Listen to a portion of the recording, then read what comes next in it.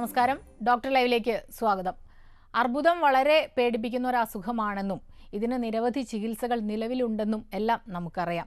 പലതരത്തിലുള്ള ചികിത്സാ രീതികൾ അലോപ്പതിയിലായാലും ആയുർവേദത്തിലായാലും വളരെയധികം നല്ല ചികിത്സകൾ ഇന്ന് ലഭ്യമാണ്. എങ്കിലും അർബുദത്തെ നമ്മൾ ഒട്ടൊരു പേടിയോടെയും സംശയത്തോടെയുമാണ് നോക്കുന്നത്. ആയുർവേദത്തിൽ അർബുദത്തോടുള്ള സമീപനം എന്താണ്, ചികിത്സാ രീതികൾ എന്തെല്ലാം, ഇതാണ് ഇന്നത്തെ ഡോക്ടർ ലൈവിലൂടെ നിങ്ങളോട് സംസാരിക്കുന്നത്. Doctor K S. വിഷ്ണു നമ്പൂതിരിയാണ്. അദ്ദേഹം സീനിയർ മെഡിക്കൽ ഓഫീസറാണ്, ഗവൺമെൻറ് ആയുർവേദ ഡിസ്പെൻസറി ആലപ്പുഴ. നമസ്കാരം ഡോക്ടർ. നമസ്കാരം ഡോക്ടർ, ഇപ്പോൾ ആയുർവേദത്തിൽ അർബുദത്തിനെ കുറിച്ച് പ്രതിപാദിക്കുന്നുണ്ടോ, എങ്ങനെയാണെന്നൊന്ന് പറയാം. ശരിക്കും അർബുദം എന്ന വാക്ക് തന്നെ നൂറ്റാണ്ടുകൾ പഴക്കമുള്ള വാക്കാണ്. ഒരുപക്ഷെ വേദകാലത്ത് തന്നെ അർബുദം എന്ന വാക്ക് ഉണ്ട് എന്ന് പറയാം. ആയുർവേദത്തെ പറ്റി പറഞ്ഞാൽ ആയുർവേദം ഉത്ഭവിക്കുന്നത് 4 വേദങ്ങളിൽ അഥർവവേദത്തിൻ്റെ ഉപവേദമായിട്ടാണ് ആയുർവേദം ഉള്ളതെന്ന് പറയാം. അപ്പം അഥർവവേദത്തിൽ തന്നെ അർബുദത്തെ പറ്റി പ്രതിപാദിക്കുന്നുണ്ട്. അതിനുശേഷം വരുന്ന ആയുർവേദ ക്ലാസിക്സിലെല്ലാം, ആയുർവേദ പുസ്തകങ്ങളിലെല്ലാം, ഗ്രന്ഥങ്ങളിലെല്ലാം ആയുർവേദത്തിൽ അർബുദത്തെ പറ്റി അല്ലെങ്കിൽ അർബുദവുമായി ബന്ധപ്പെട്ടിട്ടുള്ള ഒട്ടനവധി രോഗങ്ങളെ പറ്റിയും പറഞ്ഞു വരുന്നുണ്ട്. അതിനകത്ത് ഇപ്പം അർബുദവുമായി അർബുദം എന്ന് പറഞ്ഞ ആയുർവേദം പറയുന്നത് ഒരു ഗാത്രപ്രദേശേ ക്വചിദേവദോഷ സമ്മൂർച്ഛിതോ മാംസമസൃക് പ്രദൂഷ്യ എന്ന് പറയും. രക്തവും മാംസവും കൂടെ ദുഷിച്ച് ശരീരപ്രദേശങ്ങളിൽ ഉണ്ടാകുന്ന മുഴകൾ ആയിട്ടാണ് പറയുന്നത്. എന്നാൽ അതിനേക്കാൾ ചെറിയൊരു ലീഷനാണെങ്കിൽ നമ്മളതിനെ ഗ്രന്ഥി എന്ന് പറയും. അപ്പോൾ അത് ഇപ്പോൾ ശരീരത്തിന് അകത്താകുമ്പോഴത്തേക്കും അതിനെ ഗുൽമം, അന്തർവിദ്രുതി എന്നൊക്കെയുള്ള വാക്കുകളിലൂടെ വിവക്ഷിച്ച് വന്നിട്ടുണ്ട്. അപ്പം ശരിക്കും വളരെ കൃത്യമായ ഒരു സമീപനം ആയുർവേദത്തിന് അർബുദത്തെ പറ്റി ഉണ്ടായിരുന്നു എന്ന് വേണം മനസ്സിലാക്കാൻ അതിൽ നിന്ന്. ഡോക്ടർ, പലപ്പോഴും പക്ഷേ ഈ ആയുർവേദത്തിൽ നമ്മൾ എങ്ങനെയാണ് ഇതിൻ്റെ രോഗനിർണയം എന്നുള്ള കാര്യത്തിലാണ് എല്ലാവർക്കും, ഇപ്പോൾ ഡോക്ടർ എങ്ങനെയാണ് ഇത് കണ്ട് അർബുദമാണെന്ന് നിർണ്ണയിക്കുക എന്നുള്ളത് സംശയം പലരും പ്രകടിപ്പിച്ച് കാണാറുണ്ട്. എങ്ങനെയാണ് രോഗനിർണയം? തീർച്ചയായിട്ടും ഇപ്പോൾ പണ്ടൊക്കെ നമുക്കറിയാം, ഇത് നാടി പിടിച്ച് നോക്കി പരിശോധിക്കുക, അല്ലെങ്കിൽ പുറമേ നിന്ന് തൊട്ട് നോക്കി അകത്ത് വിദ്യുതി അല്ലെങ്കിൽ വീക്കമുണ്ടോ എന്ന് നോക്കുക. ഇപ്പോൾ സാധാരണഗതിയിൽ ഇതൊക്കെ വളരെ പ്രാചീനമായ പരിശോധനകളാണ്. അത് തന്നെ നമ്മൾ സാധാരണ ആയുർവേദത്തിൽ പരിശോധനകളെ നമ്മൾ 4ആയിട്ട് തിരിക്കാറുണ്ട്. അത് ദർശന, സ്പർശന, പ്രശ്നൈ, പരീക്ഷേത രോഗിണ എന്ന് 3 തരത്തിൽ പരീക്ഷണങ്ങളെ പറ്റി പറയും. പിന്നെ അതിൽ നിന്ന് ഊഹിച്ചെടുക്കുന്നതും, അങ്ങനെ അനുമാനം എന്ന് പറയും. അങ്ങനെ 4 തരത്തിൽ നമുക്ക് പരീക്ഷകളെ തിരിക്കുമെങ്കിലും ഇതൊക്കെയാണ് നേരത്തെ മുൻകാലങ്ങളിൽ നമ്മൾ ഉപയോഗിച്ചു വന്നിരുന്നത്. അതിന് തന്നെ ഇപ്പം വളരെ മോഡേൺ ആയിട്ടുള്ള ടെക്നിക്സ് വരുന്നുണ്ടല്ലോ. ആധുനിക ഇപ്പോൾ ആയുർവേദ ഡോക്ടർമാരെല്ലാം തന്നെ, ആയുർവേദ വൈദ്യന്മാരെല്ലാം തന്നെ ഇപ്പോൾ കൃത്യമായി ആധുനികമായിട്ടുള്ള ഡയഗ്നോസ്റ്റിക് പ്രൊസീജിയേഴ്സ് അഡോപ്റ്റ് ചെയ്ത് തന്നെയാണ് ക്യാൻസറിനെ തിരിച്ചറിയുന്നത്. അതിനകത്ത് സംശയമൊന്നും വേണ്ട. പ്രത്യേകിച്ച് ഇപ്പോൾ ഉദാഹരണത്തിന് പറയുകയാണെന്നുണ്ടെങ്കിൽ ഇപ്പം ഒരു പാങ്ക്രിയാറ്റിക് സിയ വരെയാണ്. പാങ്ക്രിയാറ്റിക് സിയ അത് എന്തുതരം സിയയാണെന്ന് വരെ തിരിച്ചറിയുന്നതിനുള്ള മാർഗ്ഗങ്ങൾ ഉപയോഗിക്കാറുണ്ട്. ഇപ്പം ട്യൂമർ മാർക്കേഴ്സ് എല്ലാം ഉപയോഗിക്കുന്നുണ്ട്. CT, അൾട്രാസൗണ്ട്, അതുപോലെ MRI പോലെയുള്ള എല്ലാ ആധുനിക സങ്കേതങ്ങളും ഉപയോഗിച്ച് ഇതിനെ തിരിച്ചറിയുക എന്നുള്ളത് തീർച്ചയായിട്ടും ഒരു ക്യാൻസറിൻ്റെ ഒരു പ്രത്യേകത. ക്യാൻസർ എന്ന അർബുദത്തെ നമുക്ക് 2ആയിട്ട് തിരിക്കാം. ഒന്ന് ബെനൈൻ ആയിരിക്കാം, ഒന്ന് മാലിഗ്നൻ്റ് ആയിരിക്കും. മാലിഗ്നൻ്റ് എന്നൊരു സാധനം, ക്യാൻസർ എന്ന് പറയുമ്പോഴത്തേക്കും അതിനകത്ത് തീർച്ചയായും അതിനെ തിരിച്ചറിയണമെങ്കിൽ നമുക്കൊരു ബയോപ്സി എന്ന് പറഞ്ഞ സാധനം വേണ്ടി വരും. തീർച്ചയായും അതുകൊണ്ട് തന്നെ ഇത്തരമൊരു പ്രൊസീജിയർ വരെ മിക്കവാറും നമുക്ക് ആധുനികമായി തന്നെ ചെയ്യേണ്ടതുണ്ട്. രോഗനിർണയം നടത്തേണ്ടതുണ്ട്. ഒരു കോളിലേക്ക് പോകാം ഡോക്ടർ. തീർച്ചയായും. ഹലോ, ഡോക്ടറോട് സംസാരിച്ചോളൂ. ഞാൻ ആലപ്പുഴയിൽ. ഹലോ, പറഞ്ഞോട്ടെ. Hello doctor, good afternoon. ഞാൻ ആലപ്പുഴയിൽ നിന്ന് വിളിക്കുകയാണ്. പറഞ്ഞോളൂ. എൻ്റെ വൈഫിന് നടുവേദനയായിട്ട് കുറെ നാളായി ചികിത്സയിലായിരുന്നു. അപ്പോൾ ഈ കഴിഞ്ഞ ഇടയ്ക്ക് 3 മാസത്തിന് മുമ്പ് CA 125 എന്ന ടെസ്റ്റ് നടത്തിയായിരുന്നു. അപ്പൊ അതില് 44.2 ആണ് കൗണ്ട് കാണിച്ചത്. തീർച്ചയായിട്ടും. അപ്പൊ അതിന്റെ ഒരു നോർമലിൽ കൂടുതലായിട്ടാണ്. അതെ, അത് നോർമലിൽ ഒരല്പം കൂടുതലാണ്. 30-35 വരെയാണ് CA 125ന്റെ നോർമൽ റേഞ്ചസ് വരുന്നത്. അപ്പൊ അതിനേക്കാൾ അത് കുറച്ച് കൂടിയിട്ടുണ്ട്. അപ്പോൾ ഡോക്ടറെ കാണിച്ചപ്പോൾ ഡോക്ടർ പറഞ്ഞു നമുക്കൊന്ന് ഇത് അങ്ങനെ പേടിക്കേണ്ട കാര്യമില്ല, നമുക്കൊന്നൊരു ഫോളോ അപ്പ് ചെയ്യാം. അങ്ങനെ 2 മാസം കഴിഞ്ഞ് വീണ്ടും ടെസ്റ്റ് ചെയ്തപ്പോൾ 42.1 ആയിട്ട് കാണിച്ചത്. സാധാരണ പറഞ്ഞോളൂ. അപ്പോൾ അതുകൊണ്ട് ഇത് പേടിക്കേണ്ട കാര്യമുണ്ടോ? നല്ലൊരു ചോദ്യമാണ്. ട്യൂമർ മാർക്കേഴ്സ് സാധാരണഗതിയിൽ നമ്മൾ പല അർബുദങ്ങളെയും തിരിച്ചറിയുന്നതിനും അവയുടെ ചികിത്സയുടെ പുരോഗതിയെ പറ്റിയൊക്കെ അസസ് ചെയ്യുന്നതിന് ഉപയോഗിക്കുന്ന മാർഗങ്ങളാണ് പരിശോധനകൾ. പക്ഷേ CA-125 കൂടിയിരിക്കുന്നു എന്നുള്ളത് കൊണ്ട് ഏതെങ്കിലും ഒവേറിയൻ CA ആണെന്നോ അല്ലെങ്കിൽ ഗ്യാസ്ട്രിക് ആയിട്ടുണ്ടായിരിക്കുന്ന CA ആണെന്നോ അങ്ങനെയൊന്നും കോളോൺ CA ആണെന്നോ കോളറക്ടൽ CS ഇതെല്ലാം CA-125 പോസിറ്റീവ് ആവുന്ന അല്ലെങ്കിൽ അത് above the range of normal റേഞ്ചിൽ വരുന്ന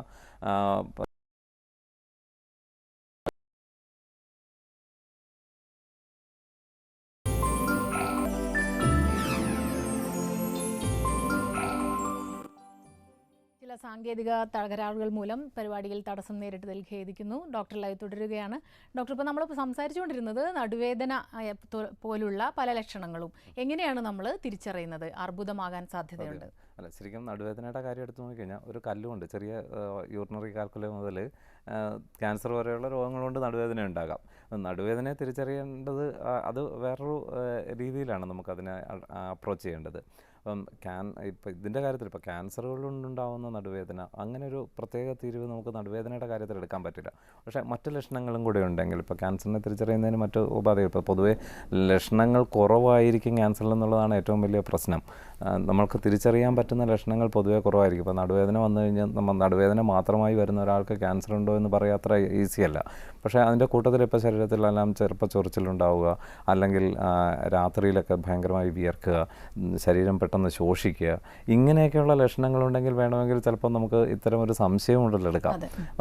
അല്ലാതെ തന്നെ അപ്പോൾ സ്വാഭാവികമായും നടുവേദന നമ്മളിപ്പോൾ ഒരു നടുവേദന നീണ്ടു നിൽക്കുന്ന നടുവേദനയാണെങ്കിൽ തീർച്ചയായും നമ്മളതിനെ കൂടുതൽ അസസ് ചെയ്യുന്നത് എപ്പോഴും ആധുനികമായ മാർഗ്ഗങ്ങൾ ഉപയോഗിച്ച് അതിനെ അസസ് ചെയ്യുന്നത് നല്ലതായിരിക്കും.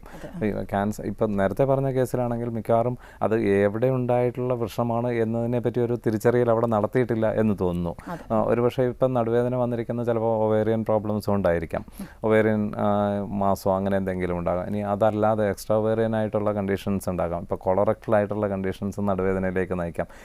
ഈവൻ നല്ലൊരു പൈൽസ് പോലും ചിലപ്പോൾ നടുവേദനയായിട്ടായിരിക്കും നമുക്ക് മുന്നിലേക്ക് വരിക, അല്ലേ? അപ്പോൾ അതുകൊണ്ട് ഇപ്പോൾ ചിലപ്പോൾ കൊളറക്ടലായിട്ടുള്ള CAs ആയിരിക്കാം. അപ്പോൾ ശരിക്കും പറഞ്ഞാൽ ഇതിലെല്ലാം തന്നെ CA-125 എന്ന് പറയുന്നത് ചിലപ്പോൾ പോസിറ്റീവ് ഉണ്ടാകുകയില്ല.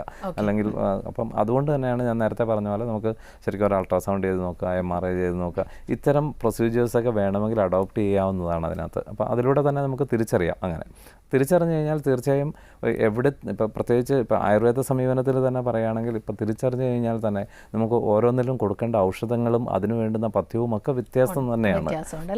ഇപ്പം ഒരു ഒവേറിയൻ ക്യാൻസറിന് കൊടുക്കുന്ന അതേ മരുന്നുകളല്ല ശരിക്കും ഇപ്പോൾ കോളറക്ടൽ CAസിൽ കൊടുക്കുന്നത്. ഡോക്ടർ, ഒരു കോളർ വെയിറ്റ് ചെയ്യുന്നുണ്ട്. ഹലോ. Okay, thank you. നമസ്കാരം. നമസ്കാരം. ചോദിച്ചോളൂ ഡോക്ടറോട്. ഡോക്ടർ നമസ്കാരം. ഡോക്ടർ നമസ്കാരം. എനിക്ക് ഈ നെറ്റിയുടെ ഭാഗത്തെ ഒരു ചെറിയ മുഴ കുറച്ചു കാലമായി, ഒരുപാട് കാലമായി ഇത് ഉണ്ടായിട്ട് ചെറുതായിട്ടുണ്ടായിരുന്നുള്ളൂ. അതിപ്പോ നേരത്തെ ഒന്നും കുറച്ച് ബൾജ് ചെയ്ത് കണ്ടിട്ടുണ്ടായിരുന്നില്ല, ചെറുതായിട്ടുണ്ടായിരുന്നുള്ളൂ. പക്ഷെ ഇപ്പൊ അത് കുറച്ച് ബൾജ് ചെയ്ത് കാണാനുണ്ട്. അപ്പൊ എന്താണെന്നുള്ളൊരു ഡൗട്ട്.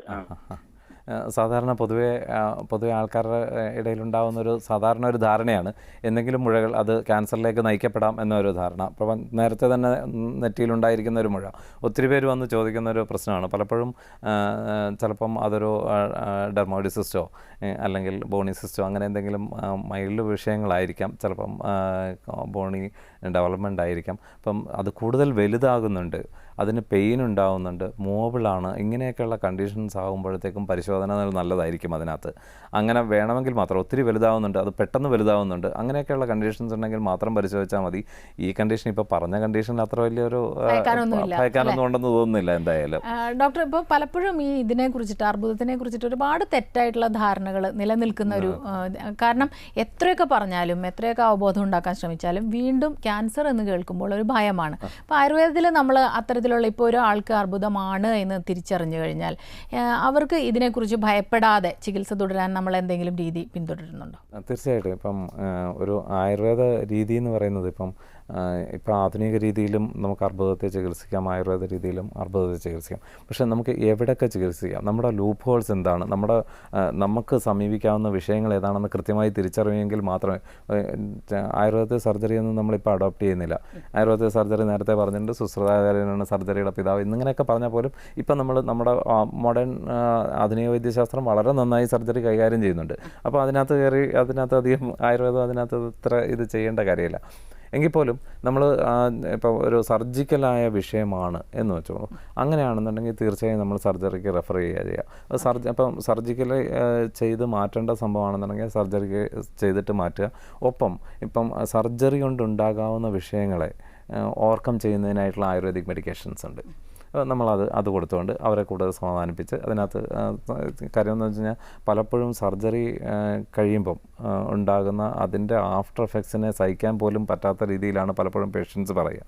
അത്തരം പ്രശ്നങ്ങളൊക്കെ ചിലപ്പോൾ നമുക്കൊരു ആയുർവേദിക്കായിട്ട് ഇപ്പം നമ്മൾ സാധാരണ ചെയ്യുന്നതെന്ന് വെച്ചാൽ അതിന് മുമ്പേ സർജറിക്ക് മുമ്പേ ഒരു പ്രീ ഓപ്പറേറ്റീവ് പ്രൊസീജിയേഴ്സായിട്ട് കുറച്ച് സ്നേഹമാനം, മാത്രാവസ്ഥി ഇങ്ങനെയുള്ള ശോധനക്രമം, മൈൽഡ് ശോധനക്രമം ഒക്കെ ചെയ്തിട്ട് ഈ സർജറിയിലേക്ക് വിടുകയാണെങ്കിൽ ഞാൻ കണ്ടിട്ടുള്ളതെന്ന് വെച്ചാൽ ഇപ്പോൾ ഒരു ഓവേറിയൻസിയെ പലപ്പോഴും ചിലപ്പോൾ ഇതുമായിട്ടൊക്കെ അടുത്തുള്ള ഓർഗൻസുമായിട്ടൊക്കെ അത് പറ്റിച്ചേർന്നിരിക്കുകയായിരിക്കും.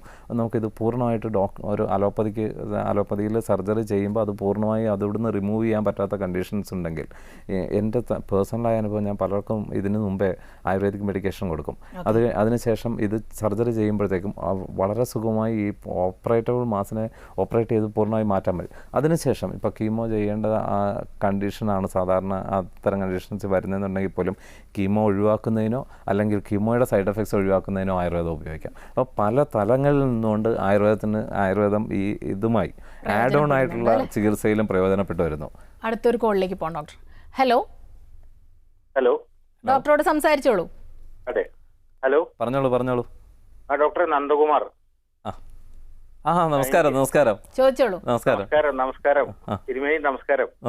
പറഞ്ഞു. സംശയമുള്ളതേ, ഈ ആയുർവേദ ചികിത്സയിൽ ഇപ്പൊ നമ്മള് സ്കാൻ റിപ്പോർട്ടൊക്കെ നോക്കിയിട്ട് ചെയ്യേണ്ട ഒരു ഗതികേട് നമുക്ക് വന്നിട്ടുണ്ടോ ഇപ്പോഴും? തീർച്ചയായും നല്ലൊരു ചോദ്യമാണ്. ഈ പലപ്പോഴും ഉണ്ടല്ലോ, നമുക്ക് ആധുനിക വൈദ്യശാസ്ത്രത്തിൻ്റെ ഡയഗ്നോസ്റ്റിക് പ്രൊസീജിയേഴ്സ് അല്ലെങ്കിൽ അത് ടെക്നോളജിക്കൽ പ്രൊസീജിയേഴ്സ് പലപ്പോഴും അഡോപ്റ്റ് ചെയ്യുന്നതുകൊണ്ട് തെറ്റില്ല എന്ന പക്ഷക്കാരനാണ് ഞാൻ. ശരിക്കും നാഡി മാത്രം പിടിച്ചറിയാൻ വരുന്നെങ്കിൽ ആയുർവേദത്തിൽ പണ്ടേ നാഡിയൊക്കെ പറഞ്ഞിട്ടുണ്ട്. അതിന് ഈ ദർശനം, സ്പർശനം, പ്രശ്നം ഞാൻ നേരത്തെ പറഞ്ഞല്ലോ, ഇത്തരം പരീക്ഷാ മാർഗങ്ങളുണ്ട്. അതിനകത്ത് ഇപ്പം ദർശനം എന്ന മാർഗം കൂടുതൽ ഡെവലപ്പ് ചെയ്യുകയാണെങ്കിൽ അതിനെ അൾട്രാസൗണ്ടായിട്ട് പറയാം. ഇനിയിപ്പം അതിനെ കുറച്ചുകൂടെ ഇപ്പം നമുക്ക് നേരിട്ട് കാണാൻ നഗ്ന നേത്രങ്ങൾ കൊണ്ട് ഗോചരമല്ലാത്തൊരു സാധനത്തിനെ നമ്മൾ മറ്റു മാർഗങ്ങൾ ഉപയോഗിച്ച് കാണുന്നു എന്നേ MRIക്കുള്ളൂ. MRI കാണുക തന്നെയാണ്. അപ്പം ദർശനം എന്ന ഒരു പരിശോധനാ വിഭാഗം തന്നെയാണ്, പരീക്ഷണ വിഭാഗം തന്നെയാണ് MRIയും അൾട്രാസൗണ്ടും എന്നൊക്കെ വിശ്വസിക്കുന്ന ആളാണ് ഞാൻ. അതുകൊണ്ട് അത് അഡോപ്റ്റ് ചെയ്യുന്നതിനകത്ത് തെറ്റൊന്നുമില്ല. പല ഡോക്ടർമാരും വിദഗ്ധരും ഇപ്പോൾ ആയുർവേദവും അലോപ്പതിയും കൂടെ സംയോജിപ്പിച്ച് ചില ചികിത്സാ രീതികളൊക്കെ ചെയ്യുന്നവർ നമ്മൾ പലപ്പോഴും കേൾക്കാറുണ്ടല്ലോ. അപ്പോൾ അത് ഇത്തരം രീതിയിൽ ചിന്തിക്കേണ്ട ആവശ്യമില്ല എന്ന് തോന്നുന്നു. അല്ല, ആഫ്റ്റർ ഓൾ ഇത് ആർക്ക് വേണ്ടിയാണ് ചെയ്യുന്നത്? ശരിക്കും മനുഷ്യ സമൂഹത്തിൻ്റെ പ്രയോജനത്തിന് വേണ്ടിയിട്ടാണ് ചെയ്യുന്നതെന്നുണ്ടെങ്കിൽ അലോപ്പതി ആയുർവേദം എന്നുള്ള തർക്കത്തിനൊന്നും വലിയ പ്രസക്തിയില്ല. ശരിക്കും ആത്യന്തികമായി മനുഷ്യന് പ്രയോജനമുണ്ടാകുന്ന ചികിത്സാക്രമങ്ങൾ ഏതൊക്കെയോ അതെല്ലാ രീതിയിലും അഡോപ്റ്റ് ചെയ്യാൻ നമ്മൾ തയ്യാറാകണം. അതിനകത്ത് സംശയമൊന്നുമില്ല. അപ്പോൾ ചിലപ്പോൾ നമുക്ക് യോഗ ഉപയോഗപ്പെടും, ആയുർവേദം ഉപയോഗിക്കപ്പെടും, പലപ്പോഴും പ്ലാസിബോ എന്നൊക്കെ പറഞ്ഞ് തള്ളുമ്പോഴും ഹോമിയോ നമുക്ക് ഉപയോഗിക്കപ്പെടും. അങ്ങനെ ഇതിനകത്ത് ഏതാണ് രോഗത്തിന് ശമനമുണ്ടാക്കുന്ന തരത്തിൽ പ്രവർത്തിക്കുന്നത് അത് ഉപയോഗിക്കുന്നതുകൊണ്ട് യാതൊരു തെറ്റുമില്ല. പിന്നെ വൈദ്യശാസ്ത്രത്തിനകത്ത് ഒരു ഇൻ്റഗ്രേറ്റഡ് അപ്രോച്ച് പലപ്പോഴും ഇപ്പോൾ ക്യാൻസർ പോലെയുള്ള രീതിയിൽ ചികിത്സയ്ക്ക് നല്ലതാണ്. ഇപ്പം വെസ്റ്റേൺ വേൾഡൊക്കെ ഇതിലേക്ക് തിരിഞ്ഞു കഴിഞ്ഞു. ഇപ്പോൾ കഴിഞ്ഞ ഒരു 2-3 മാസം മുമ്പേ ഞാൻ പോലും അമേരിക്കയിലൊരു യൂണിവേഴ്സിറ്റിയിൽ പോയി എന്നെ ടോക്കിന് വിളിച്ചിരുന്നു. അപ്പോൾ ഞാൻ പോലും ഒന്ന് ഞാൻ പറഞ്ഞതെന്ന് വെച്ചാൽ നമ്മൾ ഈ ആയുർവേദമൊക്കെ അതിനെപ്പറ്റി അവിടുത്തെ ഡെവലപ്മെൻറ്റ്സിനെ പറ്റി അറിയാൻ അവർ ഉത്സുകരാണ്. അതുകൊണ്ട് നമ്മൾ ശരിക്കും പറഞ്ഞാൽ ഇത് എവിടുന്ന് തുടങ്ങണം? നമ്മുടെ നാട്ടിലുള്ള അത്ര ആയുർവേദം വേറെ എങ്ങും ഇല്ല. അതുകൊണ്ട് തീർച്ചയായും കേരളത്തിൽ നിന്ന് തന്നെ ഇത് തുടങ്ങുന്നതായിരിക്കും ഏറ്റവും നല്ലത് ഇന്റഗ്രേറ്റഡ് അപ്രോച്ച് ക്യാൻസറിന്റെ കാര്യത്തിൽ. അടുത്തൊരു കോളിലേക്ക് പോകണം. തീർച്ചയായിട്ടും. ഹലോ, നമസ്കാരം. ഡോക്ടറോട് ചോദിച്ചോളൂ. നമസ്കാരം ഡോക്ടർ. നമസ്കാരം. ഇത് കൊല്ലത്തുനിന്ന് വിളിക്കുകയാണേ. നമ്മുടെ സംശയം എന്ന് പറഞ്ഞാൽ വൈഫിന് ഇങ്ങനെ ഈ യൂട്രസിനകത്ത് ഒരു പോളിപ്പ് ഉണ്ടെന്ന് പറഞ്ഞിട്ട് നമ്മൾ സ്കാൻ ചെയ്ത് നോക്കി, MRI നോക്കി കഴിഞ്ഞിട്ട് ഇത് എടുത്ത് കളയുന്നേ നല്ലതെന്നൊരു അഭിപ്രായം വന്നായിരുന്നേ. ഓക്കെ. അങ്ങനെ ഇത് റിമൂവ് ചെയ്ത് കൂടെ തന്നെ ഓവറികളും കൂടെ റിമൂവ് ചെയ്തായിരുന്നു. ഓക്കെ. ഓക്കെ. അപ്പൊ റിമൂവ് ചെയ്തതിന് ശേഷം ഈ ഓവറി ഈ ടെസ്റ്റിന് അയച്ചിരുന്നു. ഇവിടെ തന്നെ ലാബിൽ ടെസ്റ്റിന് അവർ അയച്ചിട്ട് വന്നതിനകത്ത് ചെറിയ ക്യാൻസറിന്റെ ഒരു ചെറിയ ഇത് ഉണ്ട് എന്ന് കണ്ടുപിടിച്ചായിരുന്നു. അപ്പൊ അങ്ങനെ ഞങ്ങളെ ഇത് RCCയിലോട്ട് റെഫർ ചെയ്ത് അവിടെ പോയിട്ട് നമ്മൾ അതിന്റെ ചികിത്സ ഈ കീമോ ഒക്കെ നാല് കീമോയും ഒക്കെ ചെയ്തിരുന്നു. അപ്പൊ ഇതിന് സംശയം എന്ന് പറഞ്ഞാൽ ഡോക്ടറെ പുറത്തോട്ടൊന്നും വ്യാപിച്ചിട്ടില്ല, വേറെ ടെസ്റ്റുകളിലൊന്നുമില്ല, വേറെ പ്രോബ്ലം ഒന്നുമില്ല. പക്ഷെ നമ്മുടെ സംശയം എന്ന് പറയുന്നത് ഈ ആയുർവേദത്തിൽ ഇനി ഫർദറായിട്ട് പ്രശ്നങ്ങളൊന്നും വരാതിരിക്കാൻ വേണ്ടിയുള്ള മരുന്നുകളുണ്ടെന്ന് ഇങ്ങനെ പറഞ്ഞു കേട്ടു. അതിനെ പറ്റി ഒന്ന് അറിയാനായിരുന്നു. തീർച്ചയായിട്ടും ഇതൊരു വളരെ നല്ല ചോദ്യമാണ്. പലപ്പോഴും ഒരു ക്യാൻസർ അല്ലെങ്കിൽ ക്യാൻസറായ ഒരു ക്യാൻസർ സെല്ല് ഡിറ്റക്ട് ചെയ്തു എന്ന് വിചാരിച്ചിട്ട് അത് രോഗം വീണ്ടും ഉണ്ടാകുമെന്നൊന്നും ഒരിക്കലും അർത്ഥമേ ഇല്ല. തീർച്ചയായിട്ടും നമ്മളൊരു ഏജ്ഡ് ആകുമ്പോഴത്തേക്കും സ്വാഭാവികമായും നമ്മുടെ സെൽസിനെല്ലാം ചെറിയ വിഭ്രാന്തി ഉണ്ടാകുന്നത് വളരെ സ്വാഭാവികമാണ്. അപ്പോൾ ഒരു സെല്ലിനല്ല ഒത്തിരി സെൽസിന് ഉണ്ടായിരുന്നിരിക്കാം ശരീരത്തിനകത്ത്, അതൊക്കെ വളരെ സ്വാഭാവികം. അപ്പോൾ ഒരിക്കൽ ഒരു വിഷയമുണ്ടായി എന്നതുകൊണ്ട് ജീവിതകാലം മുഴുവൻ ഞാനൊരു ക്യാൻസർ പേഷ്യൻ്റാണ് എന്ന് ജീവിക്കേണ്ട ഒരു സ്ഥിതി ഒത്തിരി പേർക്കും ഉണ്ടാകുന്നുണ്ട്. ശരിക്കും പറഞ്ഞാൽ അങ്ങനെ ഒരു അർത്ഥമേ ഇല്ല. പിന്നെ അതിനൊക്കെ അപ്പുറത്ത് ഞാൻ നേരത്തെ പറഞ്ഞല്ലോ, ഒരു സെല്ലുലാർ ലെവലിൽ ആക്ട് ചെയ്യുന്ന തരത്തിൽ അല്ലെങ്കിൽ ഈ സെൽസിൻ്റെ ഇത്തരം വിഷയങ്ങളെ മാറ്റുന്ന തരത്തിലുള്ള ആയുർവേദ ഔഷധങ്ങൾ വളരെയുണ്ട്, വളരെ സുലഭമാണ്. പ്രത്യേകിച്ച് ഒരു രസായന തെറാപ്പി അഷ്ടാംഗ ആയുർവേദത്തിൽ, അഷ്ടാംഗം എന്ന് വെച്ചാൽ 8 സ്പെഷ്യലൈസേഷൻസാണ് ആയുർവേദത്തിൽ. അതിൽ ഒരു രസായന തെറാപ്പി എന്ന് പറയുന്ന അല്ലെങ്കിൽ രസായന ചികിത്സ എന്ന് പറയുന്നത് ഓരോ ധാതുക്കളുടെയും 7 ധാതുക്കളാണ് ശരീരത്തിൽ പറഞ്ഞത്. ഈ ധാതുക്കളുടെ എല്ലാം സമ്യക്കായിട്ടുള്ള ഗുണത്തിന് വേണ്ടി പറയപ്പെട്ടിട്ടുള്ളതാണ്. ലാഭോപായോ ഹി സസ്ഥാനം രസാദീനം രസായനം എന്ന് പറയാം. ശരിയായിട്ട് നമ്മുടെ ശരീരത്തിലെ ധാതുക്കൾക്കെല്ലാം പ്രവർത്തിക്കുന്ന തരത്തിലുള്ള കണ്ടീഷൻ ഒരു ഹോമിയോസ്റ്റാസിസ് നമ്മുടെ ശരീരത്തിൽ ഉണ്ടാക്കിയെടുക്കുക എന്നാണ് രസായന ചികിത്സ കൊണ്ട് ഉദ്ദേശിക്കുന്നത്. അതുകൊണ്ട് തന്നെ നമുക്ക് ഏജിങ്ങിനെയൊക്കെ ഒരു പരിധി വരെ മാറ്റി വെക്കാം. ഇത്തരം രസായന ചികിത്സ ഈ ആഫ്റ്റർ കീമോ അല്ലെങ്കിൽ ആഫ്റ്റർ സർജറി, ആഫ്റ്റർ കീമോ ഇത്തരം രസായന ചികിത്സകൾ അഡോപ്റ്റ് ചെയ്യുന്നത് ഇനി ഇത്തരം പ്രശ്നങ്ങൾ ഉണ്ടാകാതിരിക്കാൻ വേണ്ടിയുള്ള നല്ല സമീപനമായിരിക്കും. ഒരു ചെറിയ ഉദാഹരണം പറഞ്ഞു കഴിഞ്ഞാൽ, ഇപ്പോൾ നെല്ലിക്ക ഒരു നല്ല ആമലകി രസായനം എന്ന് പറഞ്ഞൊരു രസായനമുണ്ട്. ആമലകി രസായനം ഉപയോഗിച്ചാൽ തന്നെ ഒത്തിരി പല ഇതിലും വ്യത്യാസമാണ്. ചവനപ്രാശം ഒരു രസായനമാണ്.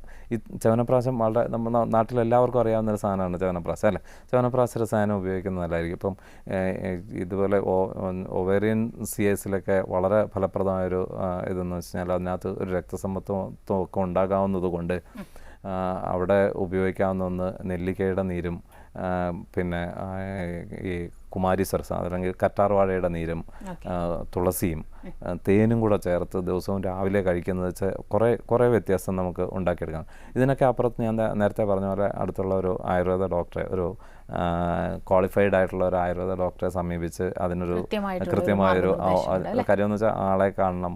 അല്ലെ, ടൈലർ മെയ്ഡാണ് മെഡിക്കേഷൻസ് എല്ലാം തന്നെ, പ്രത്യേകിച്ച് ക്യാൻസറിൻ്റെ കാര്യത്തിൽ. അത് ആധുനികം പോലും അങ്ങനെയാണ്, ഓരോരുത്തർക്കും ഓരോ മരുന്നാണ്.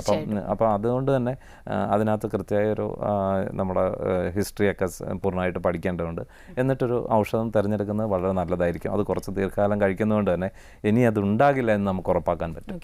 ഇപ്പോൾ ഡോക്ടർ പറഞ്ഞു ശസ്ത്രക്രിയ നമ്മൾ ഒഴിവാക്കുന്നുണ്ട് എന്ന് പറഞ്ഞു, അല്ല, ആയുർവേദത്തിൽ ഈ അർബുദ ചികിത്സയ്ക്ക്. അപ്പോൾ എങ്ങനെയാണ്, ഏത് തരം ചികിത്സാ രീതിയാണ് നമ്മൾ പിന്തുടരുന്നത്?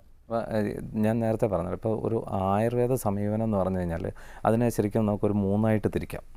ഒന്ന്, ഒരു പ്രീ സർജിക്കൽ കണ്ടീഷൻസിൽ നമ്മൾ ആദ്യമായി ഡയഗ്നോസ് ചെയ്യുന്ന ഒരു കേസ്, അത് ഇപ്പോൾ ഒരു ക്യാൻസർ ഇൻസ്റ്റിറ്റ്യൂട്ട്, ഇപ്പം ഓവേറിയൻ ക്യാൻസറിൻ്റെ കാര്യത്തിലാണെന്ന് വെച്ചാൽ ഒരു 2 സെൻറ്റിമീറ്റർ 3 സെൻറ്റിമീറ്ററിന് താഴെയുള്ള ഒരു CSൽ നമുക്ക് കൃത്യമായി ഒരു സർജിക്കൽ പ്രൊസീജിയർ അഡോപ്റ്റ് ചെയ്യാതെ തന്നെ നല്ല രീതിയിൽ മെഡിക്കേഷൻ കൊണ്ട് നമുക്ക് അതിനെ നോർമലൈസ് ചെയ്യാൻ പറ്റാറുണ്ട്.